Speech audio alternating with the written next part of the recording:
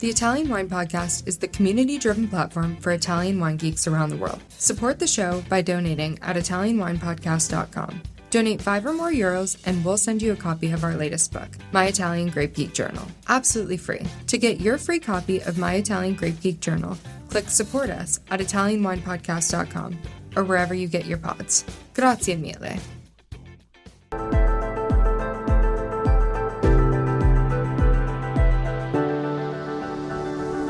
Welcome to the Italian Wine Podcast. I'm Cynthia Chaplin, and this is Voices. Every Wednesday, I will be sharing conversations with international wine industry professionals, discussing issues in diversity, equity, and inclusion through their personal experiences working in the field of wine. If you enjoy the show, please subscribe and rate our show wherever you get your pods.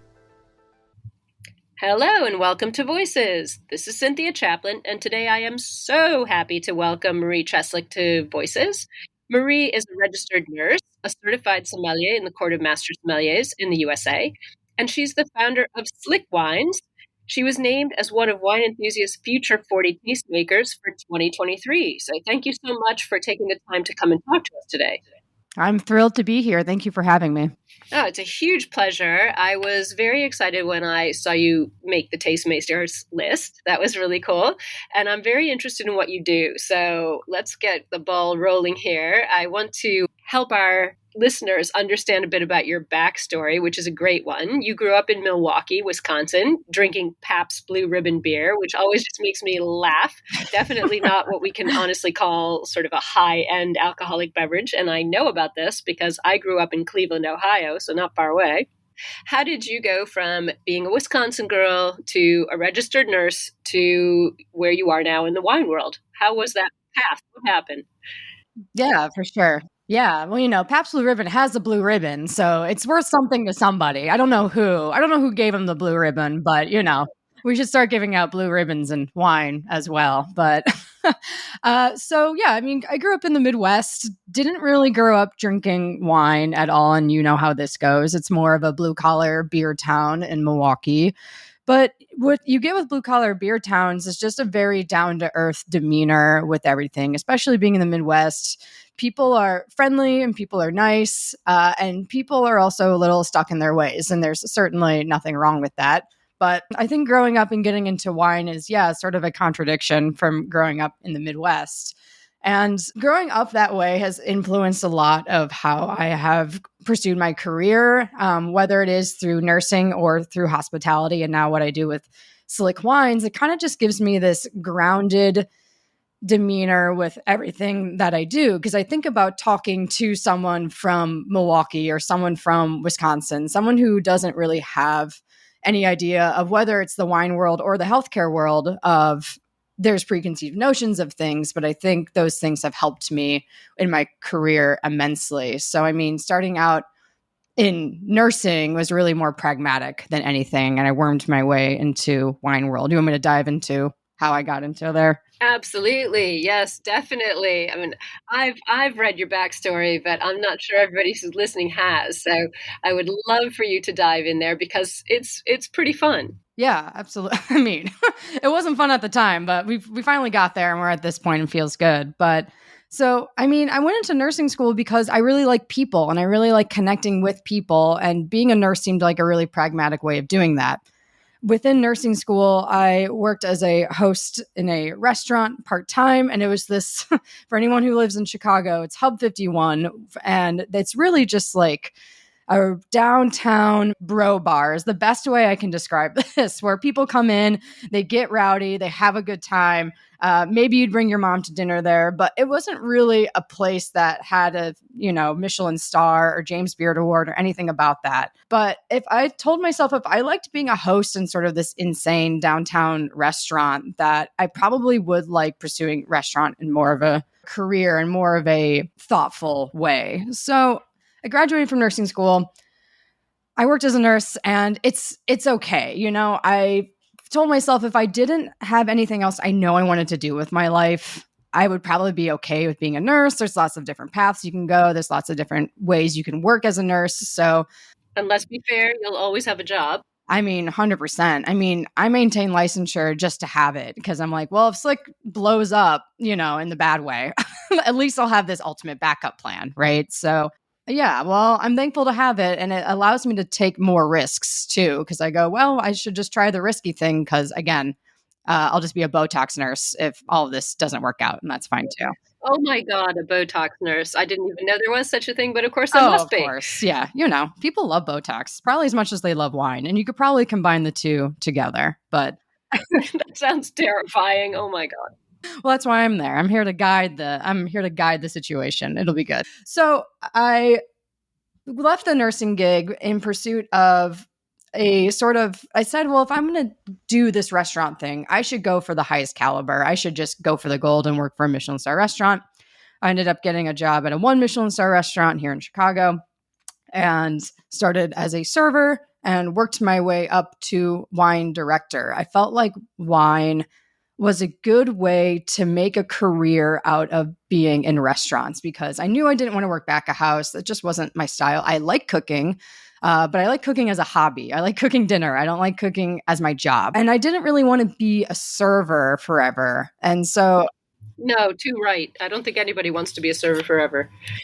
depending on where you are in the world, like in Europe, there are career servers, but it's a whole different thing. It's a whole different culture. I felt like wine was the best way for me to go, okay, like let's improve my skill set. Let's like add another tool to my toolbox for hospitality. And I ended up just really enjoying it. I enjoyed, again, this connection with people and hearing people's stories. And there is a science aspect with making wine, much like there is with healthcare. So there was a lot of parallels that I saw that I wanted to pursue within that. And I was getting this sort of hands-on trial by fire training in the Michelin star restaurant. And I was also taking the certified exam through the Court of Master Sommeliers. So I was kind of doing my school as well as my quote unquote internship or just working in the restaurant. So I kind of got this two-pronged approach to wine that really expanded my horizons, I think, fairly quickly. So I'm grateful for all those experiences, no matter how hard they were and how many late nights it was, but it was really fulfilling. Well, I love the connection that you've drawn between the nursing side of your life and the wine side. There is a science parallel, and I hadn't really thought about that before, but it's interesting to see that connection, and especially in light of the fact that, we all know that health awareness is throwing a big spotlight on alcohol, particularly in the States at the moment, but it's crossing over to Europe too now. I'm just wondering how you balance, your nursing background, the science of that, with kind of a conflicting, possibly wine career. Give us your thoughts about why alcohol and wine in particular has become such a diverse topic lately. It's really, it's quite strange to listen to people and read articles, as we all do, about this potential for, treating wine the way that we treated cigarettes in the 70s, big labels and warnings and things on it. So how do you sort of balance your nursing science with this health alert for wine? Cognitive dissonance. No, I think it's divisive because there are truths to both sides of it. Like you could argue that there's good and bad to drinking and not drinking, right? And I think if you want to look at both sides, right, I understand why people don't want to drink. It makes people feel better. It makes people, quote unquote, healthier from all the science that we have gotten recently. Some chemical compounds within wine is good for you, but the alcohol itself is not good for you. And you could get those chemicals through eating other foods and doing other things. So people would say, well, if I'm looking at strictly from a health standpoint, maybe it's not really the way to go. But we live in a world of contradictions. We are people. We contradict ourselves all the time, whether it's physiologically, psychologically, or culturally. And I think about working in the hospital, and I would see marathon runners, people who ate super clean, whole foods, things like that. And with one guy in particular, a marathon runner, came in and got diagnosed with stage 4 lung cancer. And that's not fair, right? That's not right. It shouldn't happen to people like that, but it does every day. And on the other side of the coin, there's people who smoke and drink every day and they die of old age or die of a car accident, right? Something completely unrelated. And so physiologically, I think there's just contradictions within that too, where it's like, if nursing really taught me anything, it's that if you want to be fit, if you want to be healthy, if you want to eat whole foods and that makes you feel good, you should do it because it makes you feel good or makes you feel confident, not necessarily because it's going to make you live longer, because that's not really a guarantee. And even on the other side of that, this cultural side, right, where I think about drinking is such a wonderful way of connecting with people. And you can drink wine without getting drunk, right? Like you can just enjoy a glass of wine. You can enjoy a couple beers. And I think even culturally, these contradictions, I think looking at other countries is very interesting as well. Turkey, particularly Istanbul, is a country where it's more than 90% Muslim. And within the Muslim religion, you are not supposed to drink. But the culture of Turkey is longer and stronger than the culture of Islam. So even though you'll have Turkish Muslims in Turkey drinking wine, because that is part of the culture. And that's a contradiction as well. But people go, that's just the way it is. And that's how I feel kind of about wine, where it's wherever stance you want to take, there's validity in all sides. But I am more on the side of, look, we're all going to die anyway. I know I'm a responsible adult who can drink a glass of wine with dinner. And not only that, but have it be my career and really connect people and find deeper meaning within that. And if people want to subscribe to that, awesome, follow along, but if you don't want to subscribe, that's also fine and valid and suits your life better. So I think it just depends. Yeah. Absolutely. Yeah, I think, there is space for everybody's, method of living their life. I mean, I know personally I wouldn't want to live longer if I couldn't drink wine. So, there's that as well.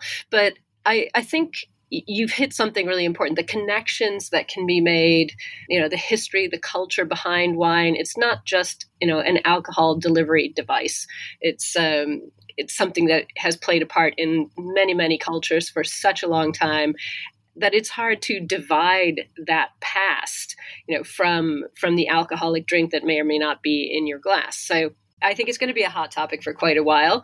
And I really dread the moment that we lose this beautiful history of what is a very basic drink, made from grapes and nothing else, because of, fear mongering over health. And I think you're right as well about being a responsible adult. Not everyone is, but, those of us who are, I think having the opportunity to, make our own decisions and not limit our opportunities is important. So it's a very interesting discussion. And I know it's kind of a throw you under the bus moment when I ask people about this, because we're all still navigating this. So it's interesting, but I think your perspective as a nurse and as a wine professional is particularly unique. And I like how you have kind of boiled it down to something that you can live with and that you can discuss, and making room for other people's views. It's important. Yeah. I mean, I think there's no mystery that Gen Z is more on the non-alcoholic train. And I think that's fine and good. But I think also what I see on the internet is also different than what I see in Chicago and people I talk to on a daily basis. Like a lot of the people I talk to who are Gen Z, younger generation, are really interested in learning about wine, but not in a way of just drinking, but in the way that probably you and I and anyone else listening to this podcast relates to, where they're like, oh, like, I've never been to Italy. Like, I can't afford going to Italy, but the closest I can get is drinking Italy, right? Yeah, bottle tourism, we call it.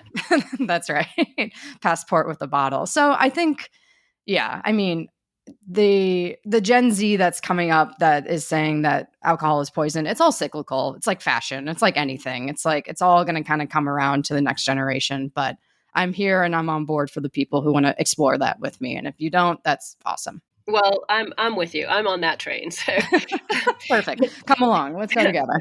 I want to cycle back to what you said, sort of talking about your backstory. Your path into wine was through the restaurant industry, and you were working, on the floor when you were in nursing school. And I'm just wondering, sort of, when was the moment? What drove you to apply to the Court of Master Sommeliers? And, of course, we've all heard in the past few years the scandals, the misogyny. Oh, yeah. So I'm just wondering, obviously you are a strong and smart woman with a scientific background. What was your experience like when you were studying there and becoming certified? And what drove you to actually take that step to say, okay, I'm going to I'm going into the Court of Master Sommelier? Yeah, I think that's a fair question too, with all things considered in the Julia Moskin article at the New York Times. And, I pursued Court of Master Sommeliers at the time because I like structured learning. I like going to college. I like having a schedule. I like being held to expectations by other people and meeting them. And wine is a little Wild Westy, and I also like that aspect as well. But I felt like that doing this more kind of traditional, quote unquote, schooling with wine would help me understand it better. And frankly, I think people also see the Court of Master Sommeliers from a general standpoint, like the normal everyday person would say, oh, like that's impressive. That's good. It makes me trust you more. Right. So I'm, in some ways, I'm proud to wear that badge and still have it. And that's what pursued me to do it. And I don't regret it at all. I think it's really helped my career a lot. And it's also helped me understand wine better and help me teach it better. There are some things within the court that are good, sort of standardized ways to look at wine. And I think that's a good jumping ground to be like, okay, this is what kind of quote unquote you're supposed to do. Now this is what I would do instead. Right. So I'm very glad I've done that. But yeah, I mean, with what's been happening and what has happened, and I know they're doing a lot to change it. They have Emily Wines running it now, which is amazing, and she is great. And I know they're trying to do a lot to sort of fix the wrongs that have happened in the past. But when I was taking Court of Master Sommeliers, this all was actively happening, but I had no idea. I was really in my own bubble, and I guess I'm grateful for that in my own ways, where the Chicago wine community is small but mighty, and everyone is pretty friendly. And I don't know if this is a Midwestern disposition type thing or just sort of the lack of pretentious wine culture in general, as opposed to maybe if I took this in Napa, right? And I'm sort of exposing myself more to like Napa winemakers. And I'm kind of slam dunking on Napa here, but like it's just a very different world. Absolutely. Absolutely. I think, taking this level of wine course in a place that is not wine centric, where that you are not surrounded by vineyards. I live in Verona. I live just outside of town, so right near Valpolicella. So I understand the whole Napa scene in an Italian way. But I think doing wine courses, I did mine in London. I'm a sommelier too, and did that in Rome as well. And it wasn't wine centric. And there's something a little bit freeing about doing a wine course that's important to you in a place that is not wine centric. I agree. And I think I definitely agree with that. And I think that was really important to me pursuing it as well. Maybe if I did get more pushback, I would say this isn't for me, but because I just was surrounded by very supportive people. My boss at the time too, at the restaurant, was incredibly supportive. He's really like a mentor to me. And in that way, that way it's lucky, right? That I was kind of at the right place at right time, and not to discredit all the things that happened within the court that shouldn't have happened. People shouldn't, men should not be abusing their power on women for something that they want. That's objectively horrible. And I'm glad that the court is really trying their best, but I don't always recommend it to people, not just because of the misogyny and the accusations that have happened, but because a sommelier, in the true sense, is really someone who works in a restaurant. And most people I interact with don't have plans on working in restaurants, don't have plans of opening a bottle of sparkling wine tableside as quietly as possible in a counterclockwise direction, right? That's not the goal for a lot of people. And so it's like, it's very specific. And I think people look at it because it's the one we talk about the most.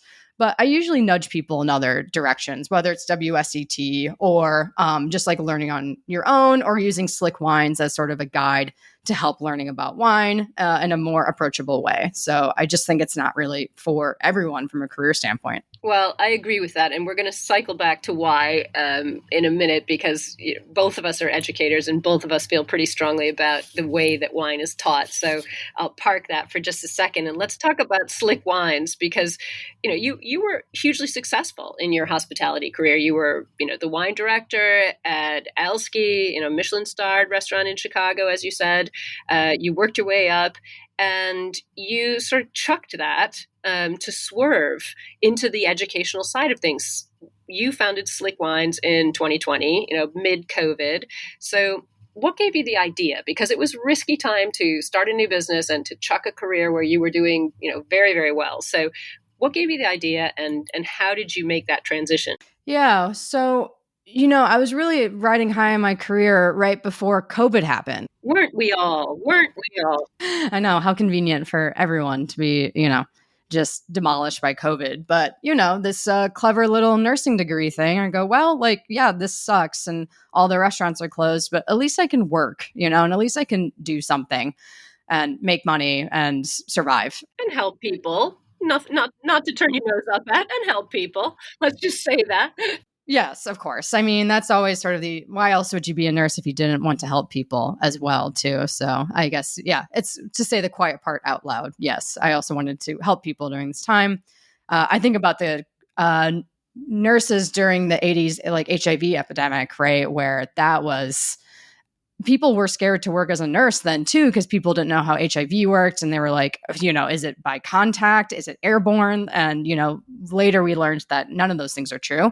But just as scary of a time. And I really respect all those nurses. And I was like, if I could do that with my life, I would just feel really proud of myself and the things I've accomplished. So went back to the nursing COVID workforce, which was objectively really, really hard, really challenging. I would come home, my now wife, just in tears and just didn't know what to do. Knew I couldn't obviously go back to work in restaurants because they were closed. But as I was working in the hospital during COVID, I was really asking myself too, do I really want to work in restaurants again? Is that really where I get the most satisfaction? Because as hard as it was working as a nurse during COVID, it was also incredibly fulfilling. And I, as you can tell, I'm kind of gone back and forth between where I find value within my nursing career versus where I find value in my wine career. And I was just not really convinced that working in restaurants was really the best thing for me. And really the nail in the coffin was that I was having a meeting with my bosses, the owners of the restaurant. And I was really trying hard to implement a lot of COVID, implementations, being like, can we get plexiglass in front of the host stand? Are we going to get N95 masks? And if we are, where are we getting them? Because hospitals aren't even getting them. And I was pushing hard for a safer work environment in the restaurant. And, they didn't say it out loud, but they fired me because they said I wasn't happy there anymore. And I said, okay, heard that, understood. So what do I do now? Do I work in another restaurant? What's my next step? And I just knew immediately, I'm like, I need to create my own path within this because I don't know how long this COVID thing is going to stick around for, but I want to continue working in wine. But restaurants are obviously not a place where it is stable to do that. And so I created Slik as a way to connect with people through wine and through a very safe environment. So that's really how Slik got started. It was August of 2020 when that happened. So it's been a little more than 3 years now. Well, Slik is very cool. So anybody who doesn't know about Slik Wines, SLIK, from the second half of your surname, you need to check it out because the mission is to focus on the average everyday drinker who wants to use wine as a way to connect with people and see new places and enrich their lives. All the things that you've been talking about, obviously the things you're passionate about and I am too. So, you've come up with this idea in a very difficult time and struck out on your own. And you're now creating this really interesting, very accessible, interactive way of getting people at the wine table, which is kind of my mantra. I want to make the longest table with as many seats as I can possibly get and get them all filled. So love that. How are you creating a safe space, an accessible space for people who want to get into the wine world without being intimidated? We talked about wine language can be intimidating, wine lists can be intimidating. How are you making this safe space for people to really feel, comfortable and to learn? Are you enjoying this podcast? Don't forget to visit our YouTube channel, Mama Jumbo Shrimp, for fascinating videos covering Stevie Kim and her travels across Italy and beyond, meeting winemakers, eating local foods, and taking in the scenery. Now, back to the show. Yeah, I think that's a great question. I think that's a question that everyone is sort of asking within the wine world and answering within their own right. I think it's a very exciting time for wine right now because I think all these conversations are turning into action slowly but surely. And really, the way that I do this, everyone's going to give you a different answer, obviously, but the way I do this is very similar to how I worked as a nurse, where it's, again, so many parallels. Like, diabetes can be very complicated. From an MD, from a medical doctor standpoint, you can get really into the nitty gritty. And wine is the same way. You can really get into the nitty gritty, whether it's like fermentation methods or clones, like you can really, and they're all important. It's not negating the importance of this. But I feel like people just don't care about the nitty gritty all the time, at least in my community and the people I talk to. We call it the geeky stuff here.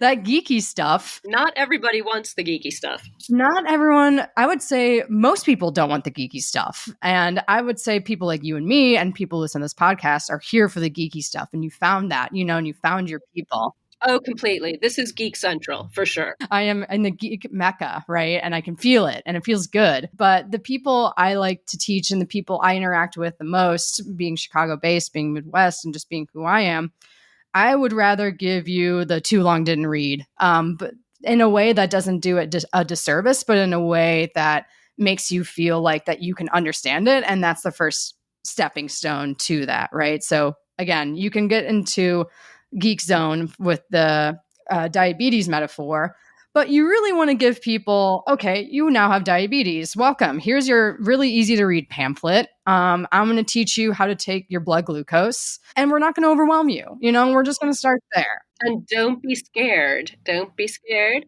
Yeah, don't be scared. Yeah, exactly. And you're not alone. I think those two things are important no matter what you're teaching someone about. I've been a teacher for a long time, and telling people, look, you came to me, you either have this curiosity, or in the case of diabetes, you have this problem, and you want some information and you want to learn. And my job is to make sure you aren't scared and you don't feel like you're doing this on your own. So I completely agree with all of that. And it's working for you, like working big time. Slik has 26,000 followers on Instagram alone, and sort of 90,000, almost 100,000 followers across all your other channels.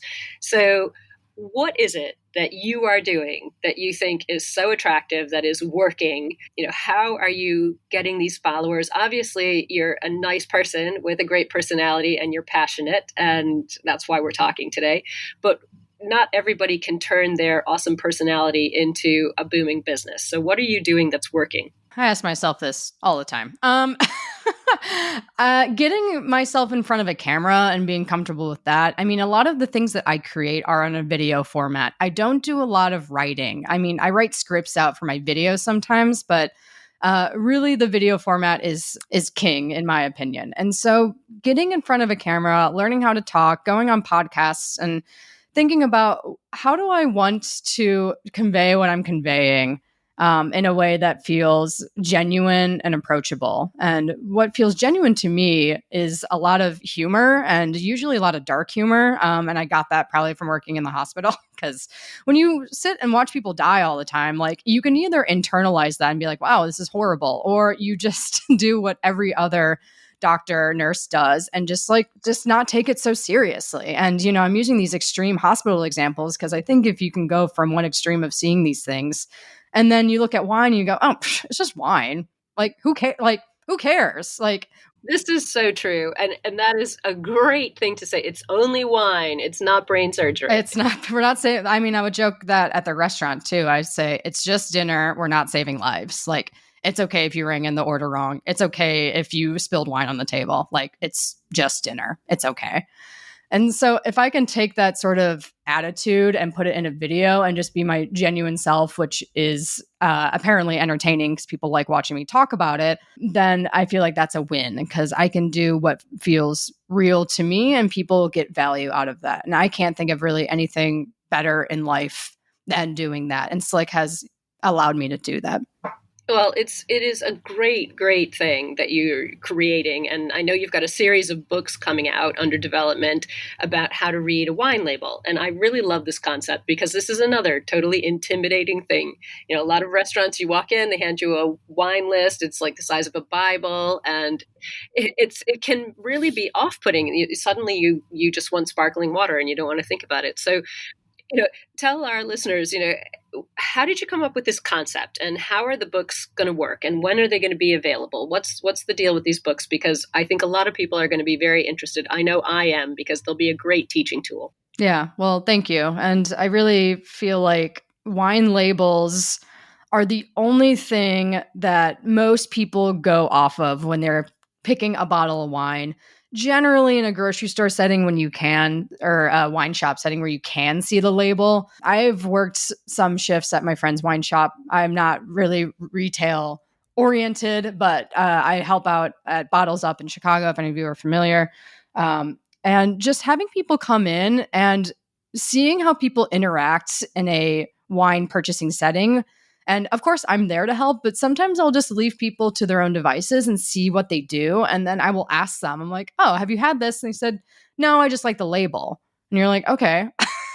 What do you like about? I love the honesty.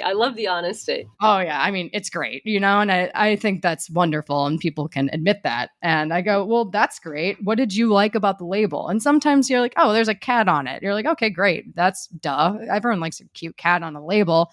And then you go, well, okay, that's kind of interesting. If like people are looking at labels and making decisions based on that, like with a little bit of education, and I think every sommelier knows this, where it's like, the words on the label are the most important part, and it will tell you what the wine will taste like without even opening it.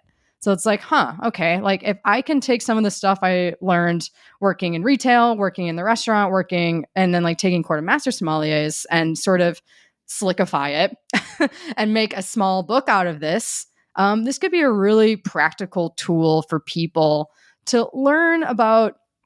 I equate it like doing math homework. And many of you maybe who have done math homework, you're kind of like crying with your dad at 1:00 in the morning trying to figure out all these math problems. But the thing about math problems is that you just do the same thing over and over and over and over again until you get it. And I think reading a wine label is the same way. So it's just like, let's have a glossary of common words, and then let's just give a ton of examples and break down what every single word means on a label.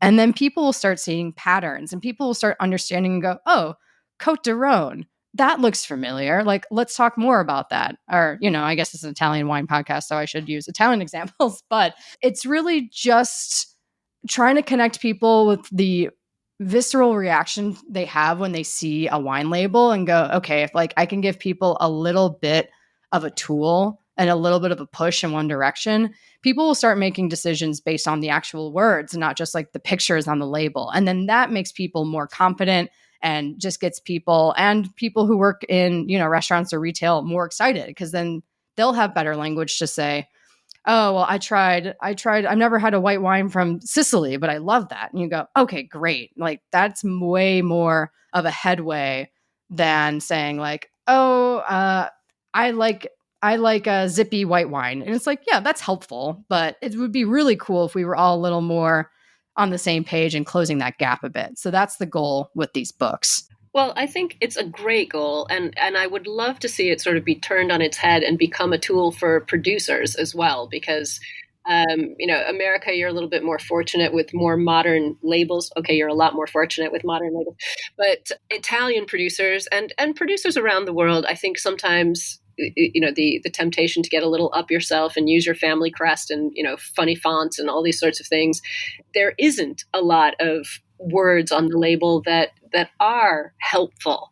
And, with Italian wines, sometimes they're just all in Italian. They're not in English. And it does make it more difficult for consumers outside of Italy, which is what they all want, their wines to be drunk outside of Italy, to figure out what the heck is happening. So I love the fact that these books are going to be a really helpful tool for consumers, but I'd love to see them be turned on their head and become a tool also for producers, to figure out how to market better, how to make smarter labels, how to be more attractive to people who are new to the wine world and new to wine drinking, and catch their attention while they're excited and while they're, figuring out what they like and what they don't like. So I love the idea of these books. I think they'll be a great success. When are they going to be ready? That's a good question. So I do have a literary agent, which is promising. The proposal is done. So we're kind of shopping it around to publishers right now. So I've never done anything like this before. So I'm kind of learning this as I go as well. But essentially, the literary agent is your middleman to get you connected with publishers like Penguin Random House or other ones that I can't think of right now. But his job is to help me find a home for it. So we are hopefully going to find a home for it in the next month or so. And then hopefully by the end of next year would be the goal. So we're a little ways away, but you can follow the journey on Slik Wines if you are interested in hearing more about that. That's perfect. As I said, I'm going to be talking to producers I work with about this concept. I try now, but having something actually printed that makes them see that I'm not talking nonsense will be very, very useful. So yeah, I'll help validate you for sure. Awesome. I can use all the validation I can get. And I was thinking about it too, because I've been talking with Co-Brand a lot about this book too. And they're a wine importer here in America, and they kind of get around this because they feel the same way. They're like, okay, yeah, we have these like Italian brands that like, they don't want to change the label because there is so much history behind it. We understand that. But like, as the importer, you have a lot of control on the back label. And so like, they're kind of work around with this. And I've seen this most commonly with French wines and like the Louis Jadot wines, which are wildly popular. If you turn it over, at least in the American market, I don't know what it looks like in the Italian market, but they tell you very plainly, like, this is the grape, this is the region, and this is what this wine will taste like. And I'm like, honestly, that's all most people really want anyway. And like, if you can't convince the winemaker to change the label for many valid reasons, it's kind of an interesting thought to go to the importer or the distributor instead and be like, look, if you really want to sell more of this wine, like, yes, I'm doing my part by trying to teach consumers, but yeah, we need to kind of close this gap a little more, particularly, yes, with Italian wines, which are notoriously intimidating. And we all know this. Completely. So, well, I'm wishing you all the best of luck with finding a publisher and getting those books out, because we need them. We need them in our life. Tell the publishers that. Email your publisher today. Yeah. Both of us are wine educators, quite clearly. We've been talking about this and sort of skirting around the issue throughout this whole conversation. And I just want to get your opinion. I think I know what you're going to say, and I think I'm going to agree with you. What do you see in the future of wine education? We've talked about rigid language keeping people out, complicated labels keeping people out. What direction would you like to see wine education take? Do you think conventional certificates like WSET and similar things are still relevant or useful or necessary? How do you see wine education going forward? And Slik does a lot of wine education, so I want to hear your thoughts on this. Right, definitely. I mean, I think the future is what I'm trying to do, and like this takes years to figure out, right? Like I'm year 3 and I'm like, I just brought on a strategist, he's a cool sales marketing dude. He works for a big corporate company here in America. And just like, how do we get more people drinking wine? That's essentially what the goal is with wine education. It's like to make people feel confident to buy more wine and to share it with people and to have that as the conduit for human connection. Like that's the ultimate goal and mission with Slik. And so what do we have to do that? And it's like, we have to create, for me, I think the goal is creating accessible content, creating accessible videos. And much like, what Food and Wine does, which is, I always laugh at Food and Wine because it's not really about the wine at all. And like, if you even look at sorry, Ray Isle, if you're listening to this or whatever, but it's like, if you look at the website, I feel like people still don't know how to talk about wine in a way that a lot of people really understand. And so I think we have to really go over the basics again and have a platform where the basics are presented in a very matter-of-fact way, much like the diabetes example, like not getting into geekdom right away. We'll get there eventually, but like we need to all be on the same foundational layer. And Slik is very much trying to create that, like, okay, like I want to learn about wine. Yeah, there's some basic videos that everyone has sort of does. Like, Wine Folly does this too, where it's like, what is wine? And yeah, like those videos can be helpful, but then we need to start asking sort of more relevant questions and to different kinds of people. And like, I can sit here all day and talk about my opinion about things or teach people things, but I think bringing also a diverse group of people to talk about, okay, like you've worked as a supplier for 30 years. You've seen wine change in America for 30 years. What does that look like? Or, okay, you teach WSET in Central America. Like, what does the wine culture look like in Mexico or Venezuela or Guatemala, right? Like, those conversations are way more interesting to me, and I think interesting to a wider swath of people. So bringing in wine where it's like, yes, like there is some teaching involved, and like, yes, there is a little bit of a baseline that people should know to understand the conversations a little bit better, but really just connecting wine with people in a broader aspect that's not just interviewing winemakers. So that's a lot of what we're going to be doing with Slik, is bringing in lots of different kinds of people. I've made a lot of connections, working here in Chicago. So we'll just have people who are sommeliers in restaurants and asking them, would you take Court of Master Sommeliers? Do you think this is worth it, right? Or working with WSET educators saying, is like passing WSET a sommelier? Does that make you a sommelier? Like, I think things that people get very confused. So if we can do this in black and white, very straightforward, on a platform where it's all presented nicely, and then we can get into some cooler conversations, that's what's the stuff that really excites me and I think is helpful. And, are these conventional certifications like WSET relevant? I think it just depends on what your goal is. Like, if you want to work in wine, if you want to work for a distributor, an importer, work in restaurants, you should probably take either Court of Master Sommeliers or WSET, just so you know what the heck is going on and what people are talking about.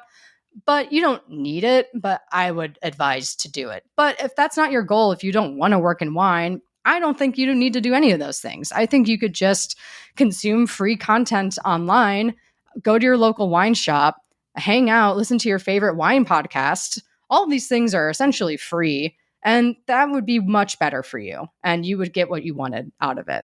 I think that's a really good point. I mean, the fact that people are confused, what does having a WSET diploma mean versus, being certified at the Court of Master Sommelier, things like that. I think you're right. You've hit on a really important note there. People aren't just confused about wine; they're confused about wine people. So, which makes our uphill climb even more difficult. So I'm a little more depressed now than I was when we started this conversation. Perfect. The goal of this podcast, right? And make you more depressed by the end. Perfect. Exactly. But I think what you're pointing to and what we've spoken about so much throughout the conversation is getting people connected.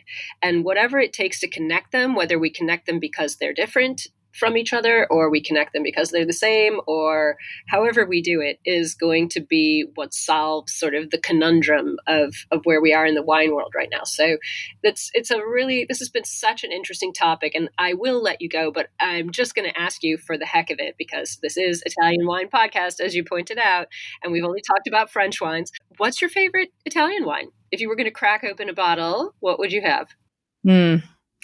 I haven't asked that question in a long time. I just thought I would ask you. In the spirit of talking about Slik and like what we do, I think the Elena Walk wines are all wonderful. Good choice. Yeah, they're all just like $20 or less for all the entry level stuff. And I think it also introduces a really interesting conversation where it's like, yeah, they make a Pinot Grigio from Alto Adige. This is typical. This is classic, right? And there's something you can learn from a professional standpoint from that. But then they also make Müller-Thurgau. And you're like, what the hell is Müller-Thurgau? And it's like, you start going down this rabbit hole and you start looking at a map of Italy and you go, oh my God, you're so close to Slovenia and Austria when you're in this part of Italy. And I think it just kind of can open the door really easily of like, yeah, there's something super entry level, something super enjoyable. You don't have to think twice about it. But then, yeah, you can have a 100% Merlot. And you go, wow, I didn't even think, a lot of people would go, I didn't know they made just Merlot in Northern Italy, right? And then they have higher level stuff. The Above the Cloud series that they do, which is, I think, one of their highest level wines, are just like beautiful. Like those wines are stunning. So it's like there's a little bit of something for everyone, and there's a lot of doors to be opened. So I think Elena Walk's wines are just really exciting. Well, I love Elena Walk's Cantina. I love her wines. I love the fact that it's women owned. Her daughters are coming into taking over the business now too. So it's going to remain women owned and women run for quite a long time. The story behind it is excellent. And the wines, as you said, are surprising. They are easy to confront if you haven't had Italian wines before and you know that you like, a Merlot. So you can have an Italian Merlot from the mountains, as opposed to sort of an Italian Merlot from Tuscany, which is going to be completely different. So sure. Yes, excellent choice. I'm very happy I asked you that. And I do love a women-owned and women-run cantina. So that was a perfect answer. Same. I feel the same way. Marie, thank you so much for your time today. I really appreciate it. I think this conversation was, exciting and interesting. I love your point of view, and we wish you all the best with Slik. I know I'll be keeping my eye on it, and I hope others will as well. So good luck, and thank you so much. Thank you again. I appreciate it. Thank you for listening, and remember to tune in next Wednesday when I'll be chatting with another fascinating guest. Italian Wine Podcast is among the leading wine podcasts in the world and the only one with a daily show. Tune in every day and discover all our different shows. You can find us at ItalianWinePodcast.com, SoundCloud, Spotify, Himalaya, or wherever you get your pods.